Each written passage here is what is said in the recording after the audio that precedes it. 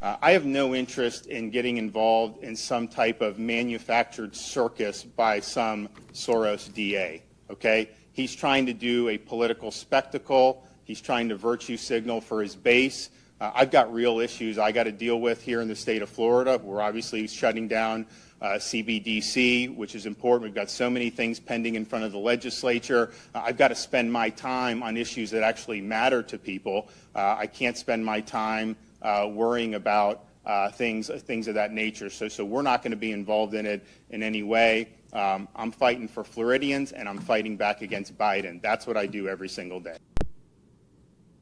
Okay. We actually haven't talked about Ron DeSantis and his response today. Mike Cernovich, creator of Hoaxed, and also he has a Substack, which you should go check out. He and I actually see this differently. Mike, I personally think Team DeSantis made a huge mistake by making a statement at all. I think the whole Team Trump make a statement. Where's Ron's statement? Was obviously just them goading him into making a statement so they could mock him for the statement and make it about DeSantis. You think his statement sucked, though. The floor is yours. That last paragraph is what did him in.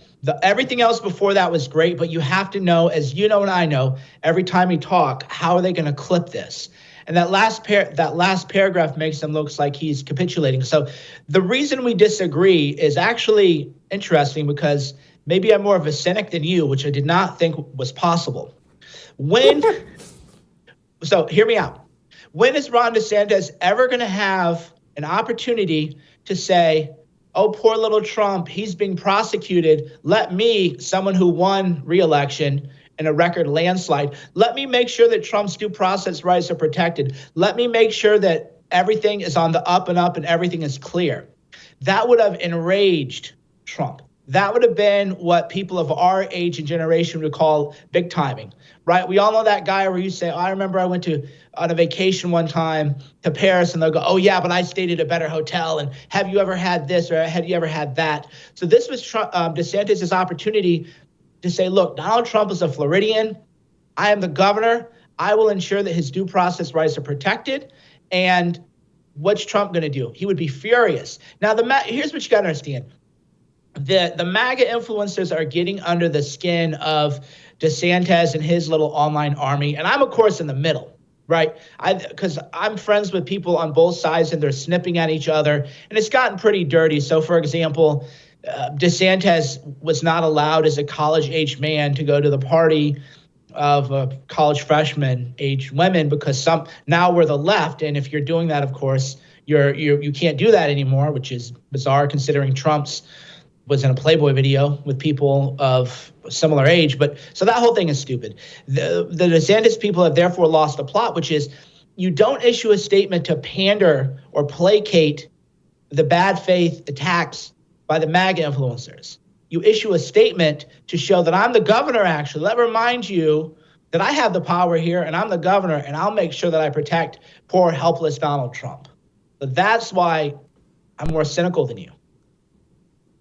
No, I don't think so. And I don't disagree with that at all. I guess my thinking on it was this.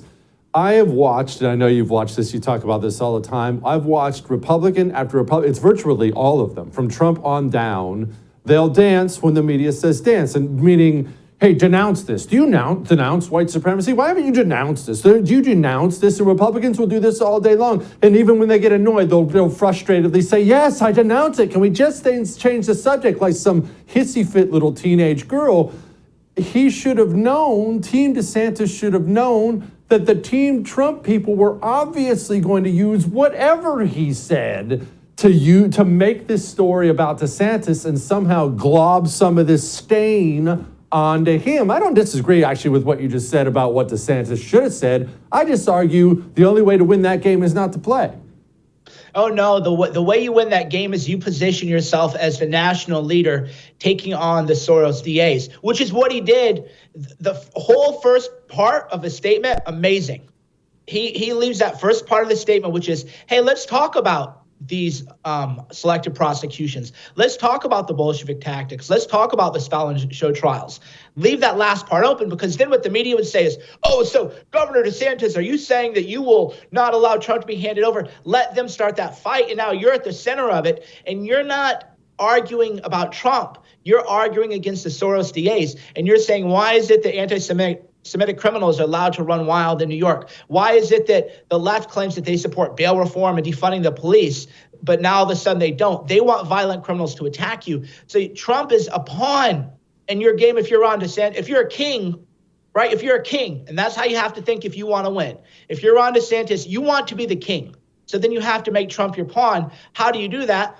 Well, now it's you versus these Soros lunatics in New York. And then when they go, DeSantis, so you're saying then that you will not turn him over. Let the media play into that. And then you go, hey, why don't you interview Alan Bragg and ask him why all these anti-Semitic lunatics are putting people on stretchers and paralyzing people, and you don't even care. And then now you've won the positioning. And then the Trump people are going to snip at you or whatever. But you're talking about a different conversation. So everything in life, from mindset in your own life, to narrative driving, to positioning, is how is it that I get my message out, and how is it that I pick fights that I can win?